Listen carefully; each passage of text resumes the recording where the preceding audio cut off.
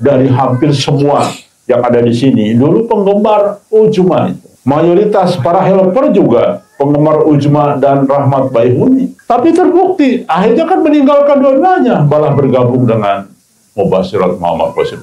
Mereka sedang digunakan oleh Allah, YouTuber-YouTuber itu, untuk mempertahankan nama Qasim.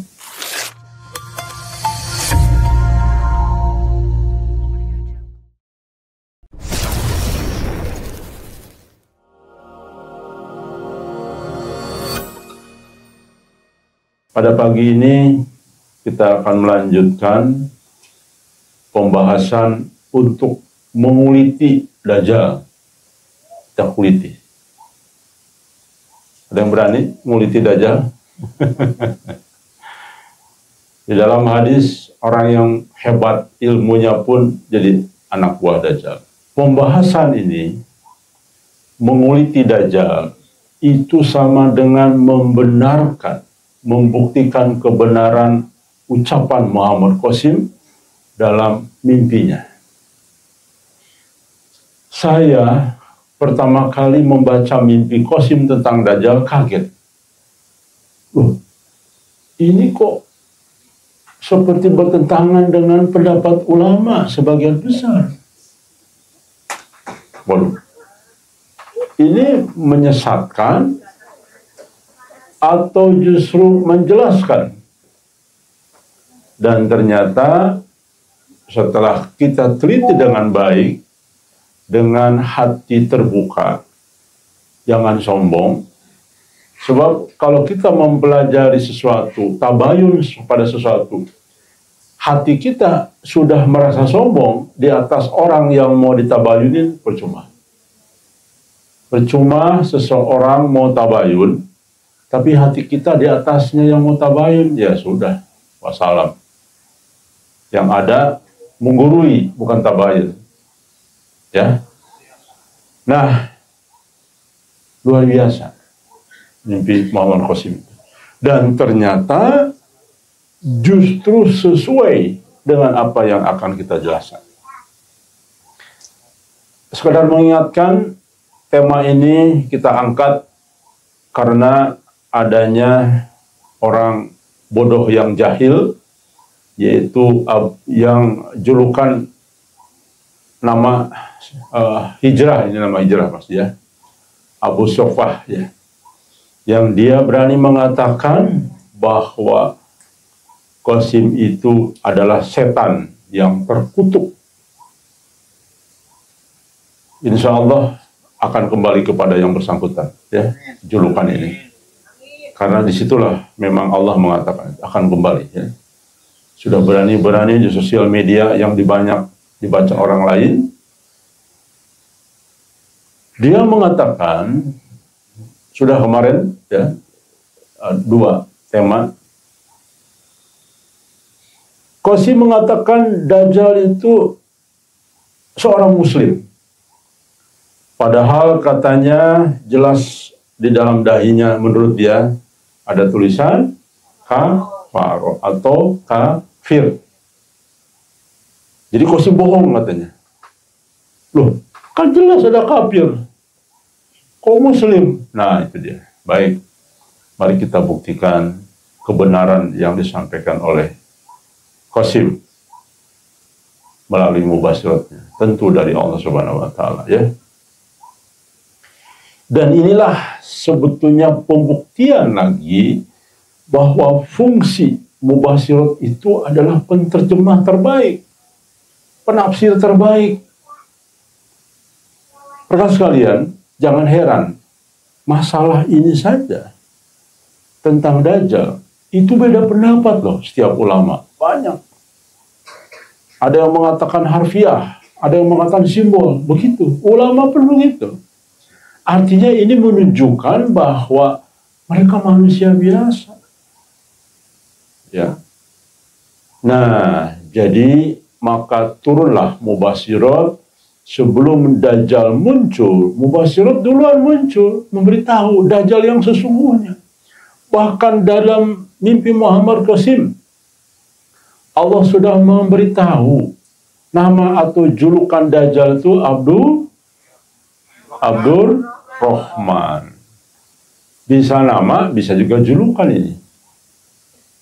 Intinya itu isyarat, minimal itu isyarat orang Muslim. Ya, baik. Kita sudah baca, sudah jelaskan logikanya. Baik. Apa arti daripada kafir di keningnya? Saya bacakan dulu hadisnya. Dalam hadis riwayat Muslim nomor 2933. Sesungguhnya di antara kalian akan keluar seorang dajjal. Ciri khasnya adalah dia buta. Sebelah matanya, di antara kedua matanya tertulis kafaru. Atau bisa dibaca oleh setiap muslim. Rekan sekalian, ini tidak menisbahkan kepada dajjal kecil apa dajjal besar. Ini dajjal umum. Dan kita tahu di dalam hadis yang lain akan lahir 30 dajjal. Setelah Nabi, pada saat zaman Nabi atau setelah Nabi wafat. Artinya perilaku dajjal hampir sama. Ya. Tertulis huruf kafir ini. Walaupun berbaju muslim. Ya, jangan kaget kita melihat begitu gagah-gagah tokoh agama itu. Tetapi sesungguhnya sudah banyak yang jatuh kafir. Baik perilaku maupun perbuatannya. Ya. Nah, rekan sekalian, jelas ini kalimatnya memang ada. Tertulis di keningnya kafir. Dan ini derajatnya sahih. Ya. Baik, pertanyaannya, nanti apakah betul-betul akan kita lihat dajjal itu ada tulisan kafir di keningnya? Atau itu simbol? Rekan sekalian, saya akan menyampaikan dikaitkan dengan Quran. Di dalam surat Al-Kahfi ayat 101. Yaitu orang-orang yang matanya tertutup dari peringatanku dan mereka tidak sanggup mendengarnya. Ayat ini menggambarkan orang-orang yang tertipu oleh fitnah dunia dan tidak menerima kebenaran sebagaimana para pengikut Dajjal. Rekan sekalian, intinya ayat ini ingin menggambarkan bahwa ketika Quran menyampaikan orang tertipu, ya, maka digambarkan matanya tertutup atas peringatan dan mereka tidak sanggup mendengarkan. Artinya rekan-rekan sekalian, ini gambaran Quran ketika menjelaskan seseorang yang tidak bisa melihat mendengar sesuatu yang seharusnya ini banyak terkait dengan simbol, tidak paham. Ini bisa dikaitkan, ya, apa yang akan terjadi nanti dengan para pengikut Dajjal. Di dalam surat Al-Baqarah ayat 7, Allah telah mengunci hati dan pendengaran mereka. Dan pada penglihatan mereka ada penutup bagi mereka ajab yang besar. Ini juga menggambarkan dalam Quran bahwa gambaran orang bisa tertipu dengan Dajjal. Seolah-olah ini bisa dikaitkan maksudnya, ya, ayat itu. Karena ini kan umum sifatnya ayat itu. Maka bisa dikaitkan dengan kemunculan sosok Dajjal yang dimana orang tertipu. Karena ingat, Dajjal itu fitnah besar. Kalau saja Dajjal itu di keningnya ada tulisan kafir, maka ini bukan fitnah besar. Ini anak-anak kecil kita pun tahu. Ada tulisan di kafirnya, di keningnya ada kafir, jadi tahu. Bukan fitnah besar lagi kalau begitu. Ya. Rekan sekalian, kita harus jujur apa adanya. Saya akan menyampaikan para pendapat ulama. Saya sampel ya, tiga-tiga ya. Ada ulama yang menyatakan ini nyata atau harfiah. Real Dajjal itu ada tulisan kafir. Misalkan Ibnu Hajar, ini nama besar kan? Beliau menjelaskan bahwa tulisan itu adalah tanda fisik yang nyata. Bukan hiasan. Setiap mukmin dapat membacanya karena Allah memberi mereka cahaya kebenaran. Lihat, setiap mukmin. Betul, memang ada hadisan. Yang bisa melihat ada dua, siapa? Mukmin dan yang benci dengan perbuatan Dajjal. Betul. Ya.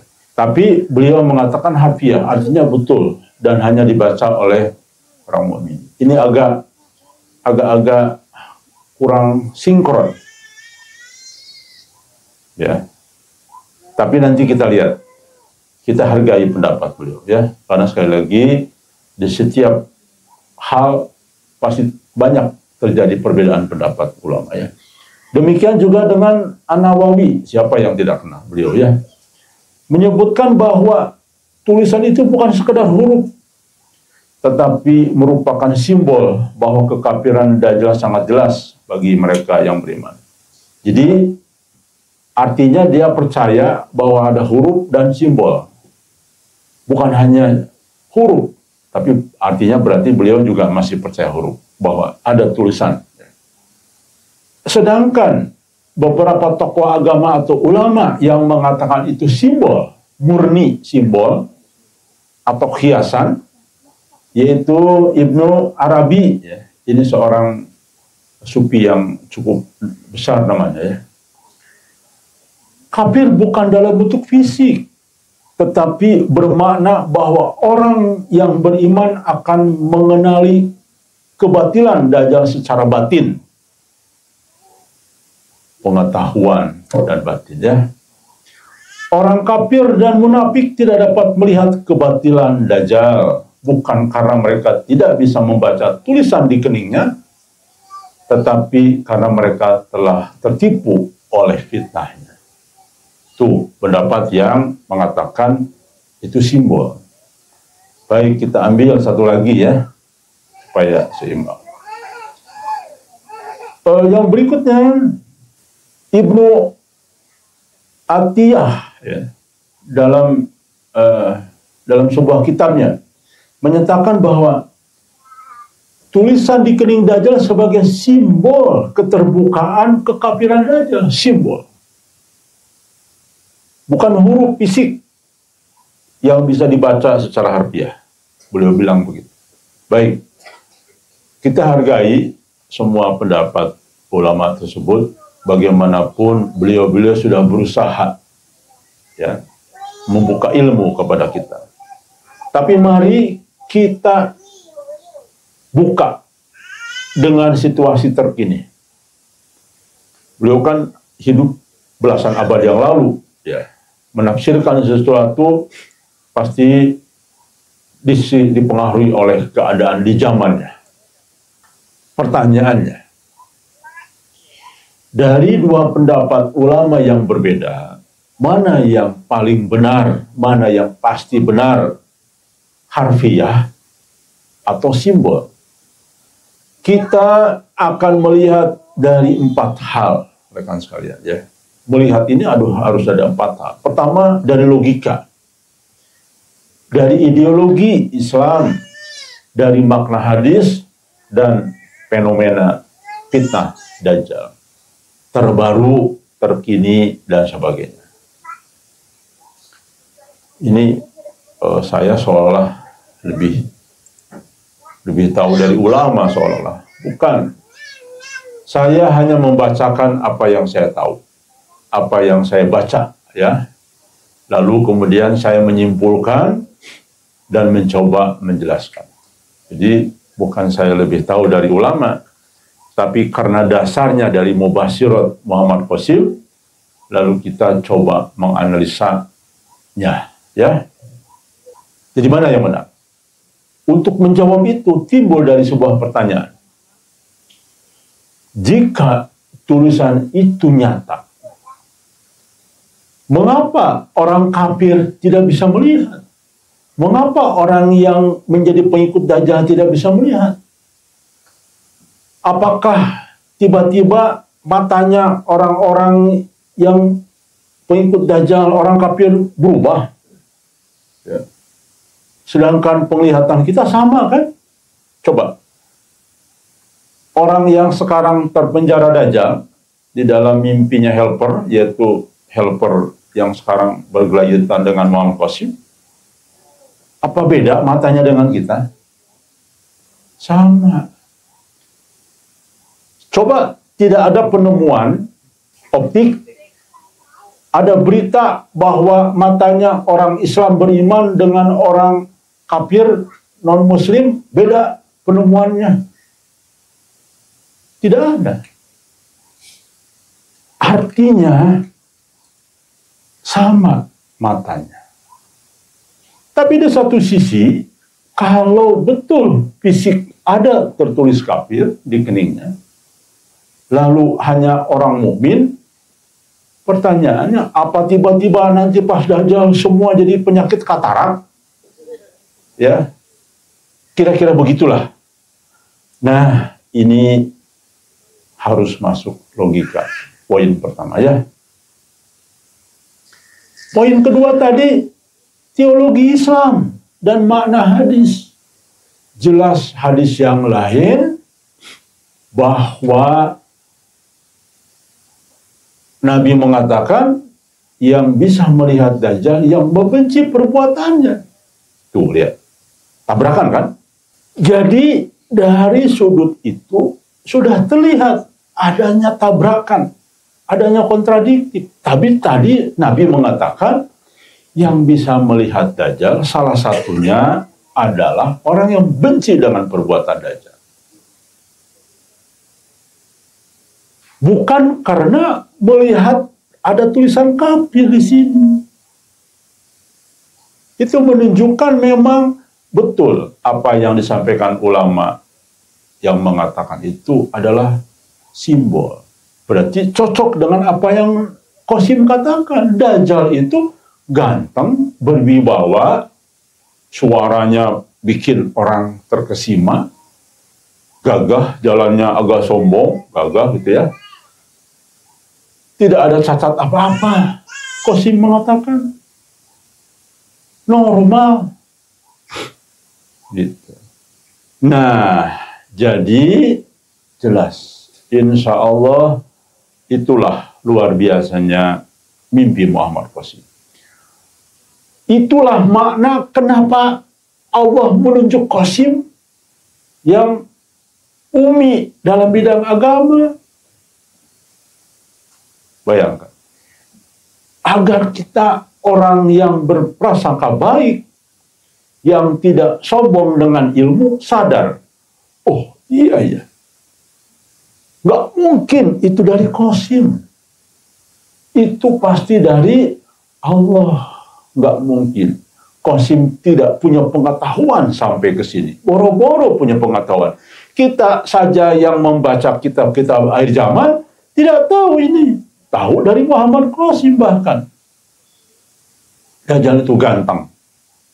Dulu saya tergiring oleh opini sosial media dan oleh ustadz-ustadz akhir zaman, tergiring opini itu. Oh, Dajjal itu raksasa ya. Apa seperti di film gitu, film-film raksasa tuh gimana ya? Begitu, serem dan sebagainya. Oh, berarti ini kayak nenek lampir, pakai sihir gitu ya. Wah, sihir, cuming gitu.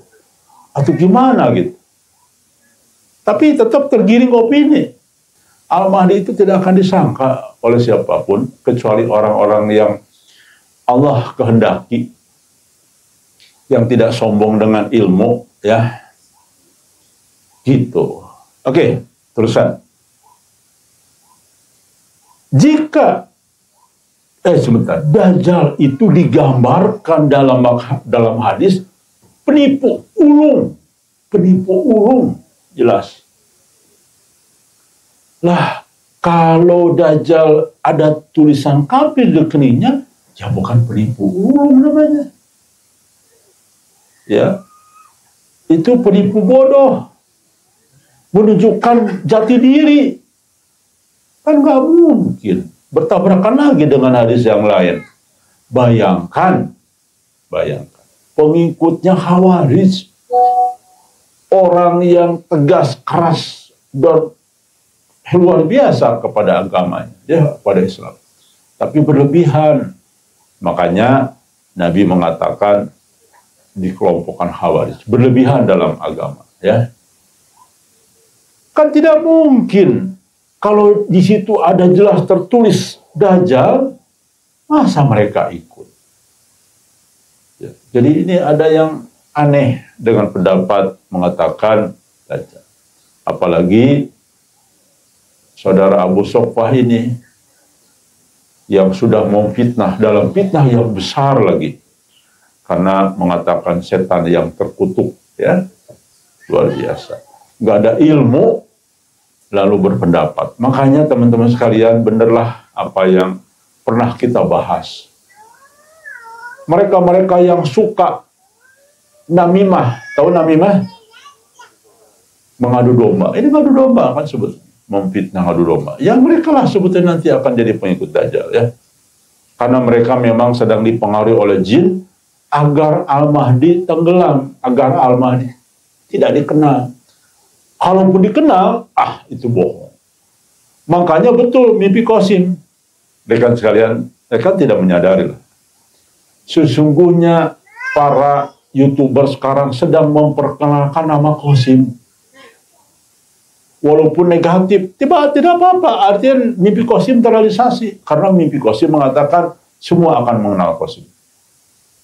Orang akan tahu Qasim semua. Walaupun yang percaya hanya sedikit. Mungkin 1% barangkali. Mungkin 0, sekian persen. Tapi ketika ditanya Qasim, semua orang tahu. Itu pendusta. Itu pembohong lah. Kan pengikut YouTuber banyak. Jutaan-jutaan saya lihat. Penontonnya saya lihat udah ada yang ratusan ribu. Ada 300.000, 500.000, ya. Yang nonton tentang pembahasan Qasim. Artinya mengenal mereka. Mengenal, ya. Dan jadi biarkan saja, bahkan silahkan jutaan YouTuber mengatakan Qasim itu sesat. Tapi Anda tidak paham bahwa sebetulnya adalah melalui omongan Anda yang tadinya tidak mengenal Qasim, Anda memperkenalkan Qasim dan mimpinya. Dan Anda lupa bahwa orang sekarang ini terbuka dengan sosial media. Ya, contohlah, tadinya nonton di YouTuber yang mengatakan Qasim sesat misalnya.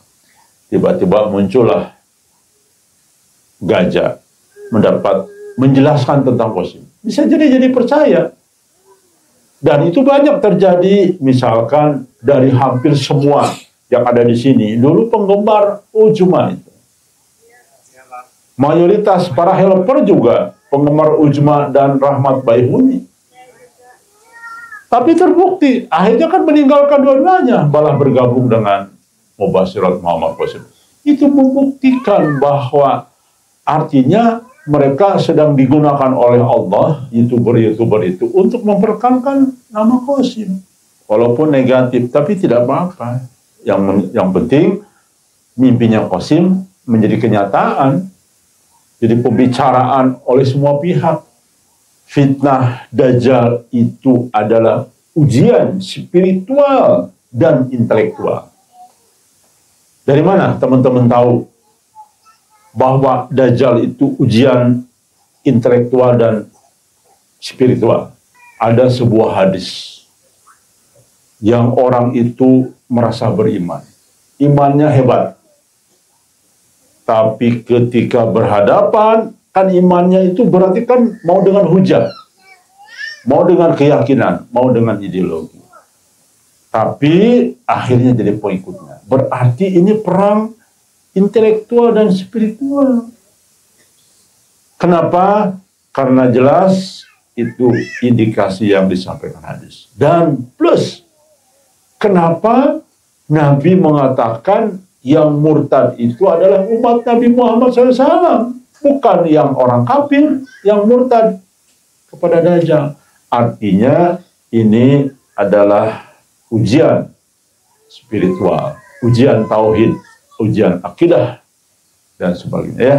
Di dalam kasus ini, Al-Quran menggunakan bahasa simbolik untuk menggambarkan sesuatu keadaan. Ya, kita tambahkan. Hatinya tertutup.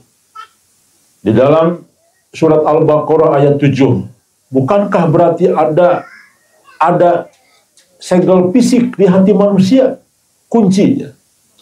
Tetapi ini adalah simbol bahwa mereka menolak kebenaran.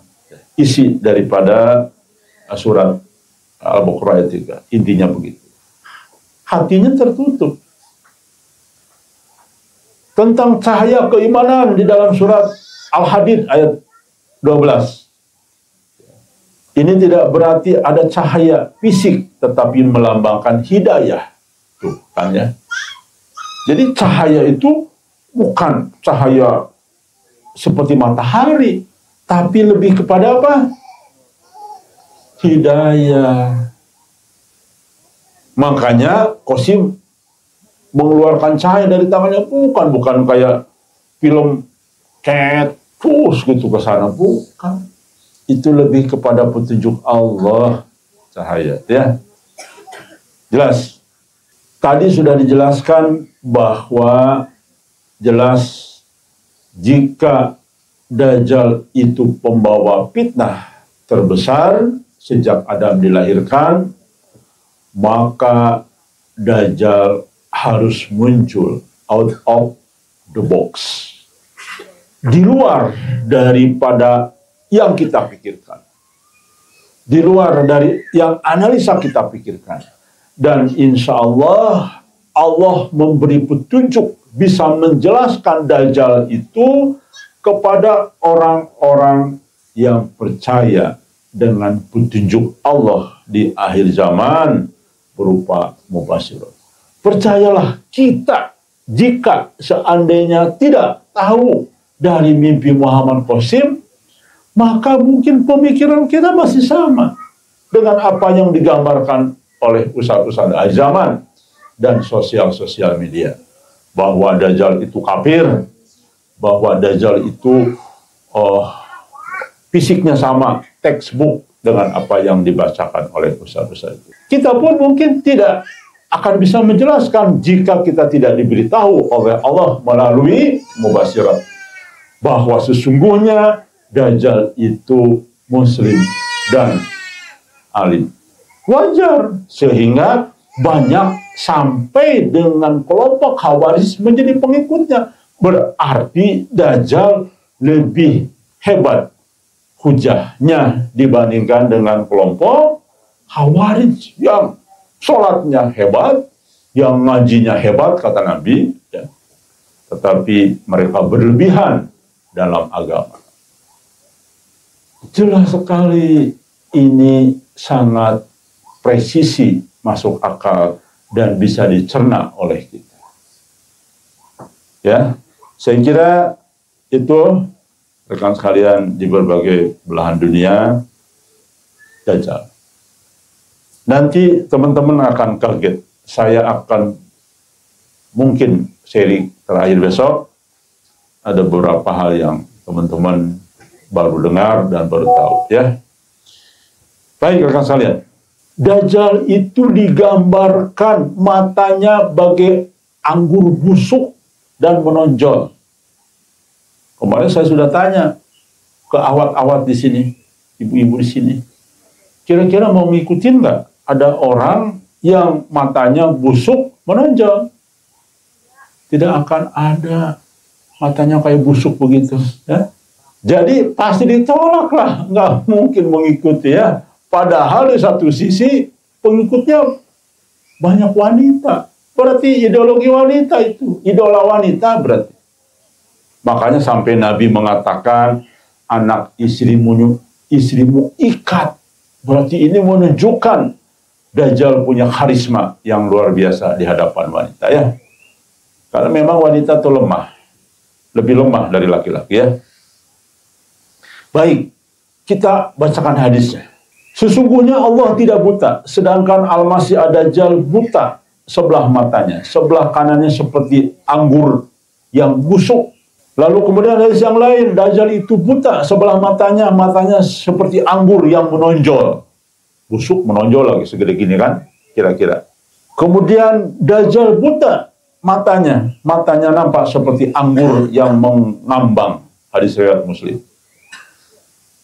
Rekan sekalian, ini pun berbeda pendapat ternyata ulama ya. Tapi ini luar biasa. Saya salut dengan Muammar Qasim yang polos. Kalau saya nih dapat mimpi kayak Muammar Qasim yang agak memahami lah. Pernah membaca kitab-kitab akhir zaman, Qasim tidak pernah loh. Saya tanya pernah, bro, kamu pernah nggak membaca tentang kitab-kitab akhir zaman? Enggak, dia bilang, enggak pernah. Kalau saya nih menerima mimpi itu dan sudah membaca banyak buku-buku tentang Dajjal, pendapat para ulama, berani nggak ngomong bahwa Dajjal itu muslim dan alim dan ganteng? Nggak berani. Mimpi saya nih, mimpi. Wah, sesat saya mimpinya nih. Karena nggak sama dengan para ulama. Tapi kok polos saja. Nah itulah manfaatnya kenapa Allah menempatkan mubasyirat kepada orang yang umi dalam bidang agama. Ya tegak lurus betul. Kalau kita kan penuh pertimbangan. Padahal itu maksud Allah itu yang benar. Diki, itu yang benar. Kamu sampaikan. Mungkin saya mikir-mikir lagi, baca-baca lagi pendapat ulama. Enggak. Ini dari setan. Ya kan? Karena Dajjal masa muslim? Orang pendapat semua orang kafir, terbukti dia pengikutnya 70.000 orang Yahudi, ya kira-kira begitulah. Nah ini membuktikan bahwa itulah cara Allah untuk menyampaikan pesannya. Saudara sekalian, saya tidak akan bacakan tentang perbedaan pendapat ulama ini ya. Kurang lebih pokoknya ada perbedaan. Saya ingin langsung kepada keterkaitan Al-Quran. Meskipun Al-Quran tidak menyebutkan Dajjal secara langsung, ada beberapa ayat yang berkaitan dengan simbol kebutaan dan penyesatan yang bisa dikaitkan dengan sifat Dajjal. Karena kan Al-Quran itu sifatnya general. Ya. Ini dalam surat Al-Hajj ayat 46. Karena sesungguhnya bukan mata itu yang buta, tapi yang buta adalah hati di dalam dada. Jadi menggambarkan kerusakan mata itu bukan secara fisik. Allah menggambarkan tapi hati dan di dalam dada ya. Ini menunjukkan kerusakan mata, kebutaan atau apapun lah adalah lebih kepada kebutaan spiritual itu. Ya contoh pada Habib-Habib itu ya. Aduh, sederhana banget sebetulnya. Coba perhatikan, sederhana sekali. Masa orang yang mati yang tidak kita kenal bisa menyelesaikan 73 keinginan dan hajat. Berarti ini sama dengan Allah berarti ini. Bisa menyelesaikan 73 hajat. Kan logikanya sederhana. Dan inilah kebutaan spiritual. Itu contoh kasus. Kemudian tidak ada Nabi mengatakan itu. Coba pakai logika, sederhana aja. Lalu kenapa kok bikin-bikin ajaran baru? Sederhana. Kekeringan spiritual. Kebutaan spiritual. Oke, berikutnya. Di dalam surat Al-Isra ayat 72. Barang siapa di dunia ini buta, maka di akhirat pun ia buta dan lebih sesat jalannya. Di akhirat pun dia akan buta dan lebih sesat jalannya. Bayangkan. Di dunianya sudah gelap gulita, ya, digambarkan dengan rusak matanya atau buta, maka di akhirat pun akan mengalami yang sama, ya, bayangkan. Jadi jelas ini menggambarkan bahwa Dajjal itu digambarkan busuk, udah busuk, matanya menonjol, buta lagi sebelah, ya. Buta sebelah itu matanya, yang satu busuk dan sebagainya. Jadi ini menggambarkan hati manusia yang gelap di dalam petunjuk dalam dirinya. Karena ada kesombongan dan adanya keinginan ingin dipertuhankan dan mempertuhankan diri, ya, sehingga tersesat. Di dalam surat At-Takwir ayat 23-25. Sesungguhnya dia, Muhammad, telah melihat Jibril di ufuk yang terang. Dan dia, Muhammad, bukanlah seorang yang batil untuk menerangkan yang gaib. Dan Al-Quran bukanlah perkataan setan yang terkutuk. Tuh, Abu Sofah, nih lihat. Mubasyiratnya Muhammad Qasim dan ribuan umat muslim saat ini. Bukanlah perkataan setan yang terkutuk, tapi sesuai dengan apa yang Nabi sampaikan, bahwa di ujung akhir zaman akan bermunculan mubasyirat. Kenapa? Karena masa kenabian sudah terlalu lama, dan sekarang dunia dalam kegelapan, terpecah belah dalam 73 kelompok, dan sekarang sudah tidak ada lagi ulama, maka mubasyiratlah berperan untuk memberikan kabar gembira, peringatan, dan petunjuk. Banyak rekan sekalian, ustadz yang mengatakan, membantah saya ketika saya bertemu dengan beberapa ustadz. Kalau petunjuk berarti wahyu dong. Ya, jawab saja, ustadz, kalau istikharah minta apa itu? Minta petunjuk. Lalu dapat mimpi. Mimpinya jadi apa? Jadi petunjuk. Nah, sudah, biar ustadz bingung sendiri, ya. Kesimpulan. Apa makna simbol dari mata Dajjal yang digambarkan buta sebelah, kemudian yang satu yang melihat seperti anggur yang menejau dan busuk, ya. Buta sebelah melambangkan kebutaan spiritual. Dajjal hanya bisa melihat dunia, tetapi tidak melihat kebenaran. Dan bukan untuk kepentingan akhirat. Satu. Yang kedua, mata yang rusak menggambarkan fitnahnya, yang menggunakan tipu daya untuk menyesatkan manusia. Kenapa? Wajar, karena dia jadi panglimanya iblis. Makanya nanti dibekali dengan ilmu. Bisa jadi Dajjal tidak tahu itu ilmu sihir, padahal bagian dari ilmu sihir. Banyak sekarang ilmu sihir seolah ilmu agama. Mau tahu? Seolah-olah ilmu agama pada sihir? Mau? Oke. Orang berzikir, orang pakai rajam. Nih, raja, raja. Ya, itu kan seolah-olah kebenaran. Padahal itu sihir. Akhirnya orang yang percaya menempelkan itu di rumah, terbelit dengan jin. Itu contoh.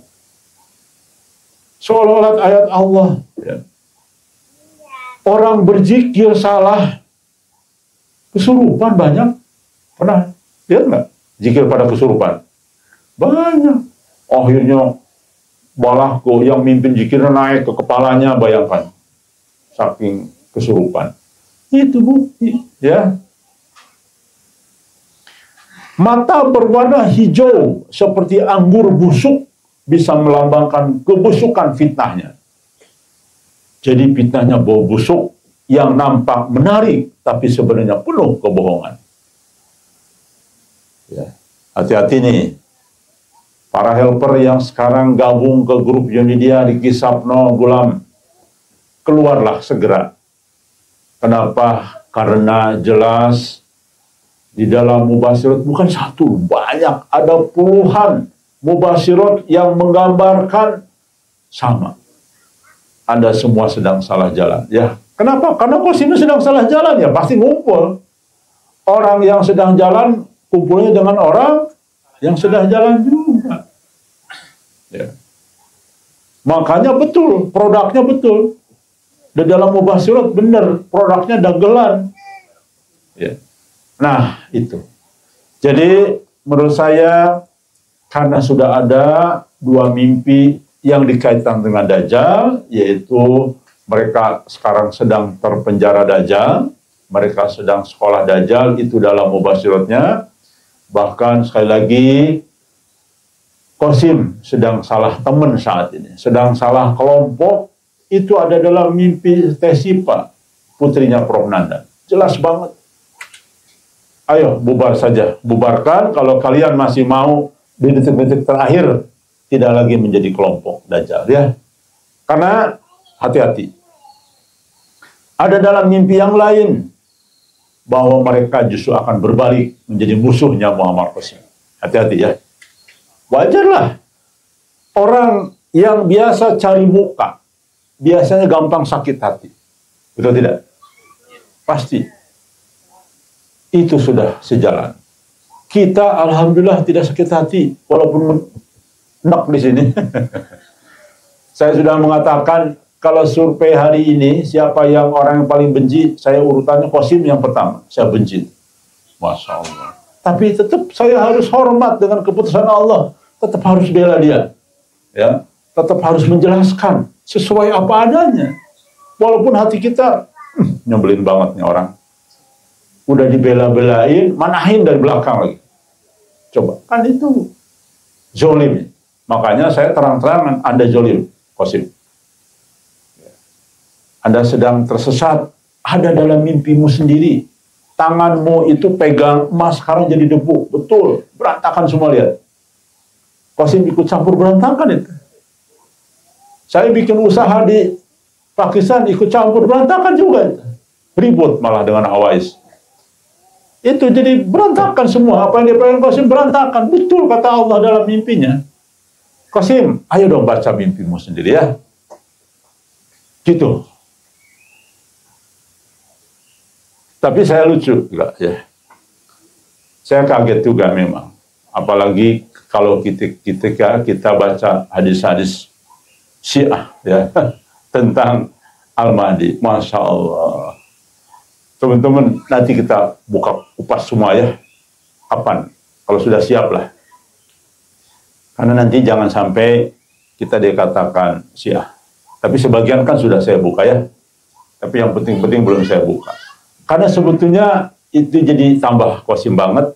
Dan kita banget. Kita banget sebetulnya itu. Kalau kita lihat hadis Syiah, kita banget loh sama Qasim banget. Jadi luar biasa memang. Dan rujukannya dari Ahlul Bait Nabi sebetulnya rujukannya ya. Tapi ada di hadis Sunni hampir mirip-mirip. Cuman hadis Sunni hanya selintas. Apa mungkin ini ada yang tidak disampaikan ya atau walau alam ya. Rekan sekalian, kesimpulan akhir. Jadi jelas sesuai dengan hadis baginda Nabi Muhammad yang lain. Yang bisa melihat Dajjal itu orang mukmin dan orang yang benci dengan perbuatan Dajjal. Maka ini jelas semua adalah simbol kekeringan dari spiritual, kegelapan dari spiritual. Sehingga orang yang bisa melihat adalah orang-orang yang sudah dapat hidayah. Baik posisinya sudah jadi mukmin atau orang yang bisa melihat atau yang benci dengan perbuatan Dajjal, walaupun dia masih banyak dosa. Ya saya misalkan dosanya masih banyak, tapi saya benci dengan perbuatan syirik. Saya benci dengan datang ke kuburan meminta sesuatu. Ya, saya benci dengan banyak hal yang dikaitkan dengan Dajjal, apalagi syirik-syirik yang lain. Nah, itu dapat hidayah. Jadi jelas ini makna semua adalah spiritual dan simbol. Sebab jika kita bicara simbol, maka cocok serasi dengan hadis-hadis yang lain. Jika kita paksakan ini adalah harfiah, maka bertabrakan dengan hadis-hadis yang lain. Wah, Kang Diki sok tahu lebih hebat dari ulama dulu dong yang percaya harfiah. Bukan, karena diawali dengan mubasyirat yang diterima Qasim, sehingga inilah jadi landasan kita untuk mencari tahu. Saya hanya menyampaikan saja, bukan saya pintar. Wallahu a'lam.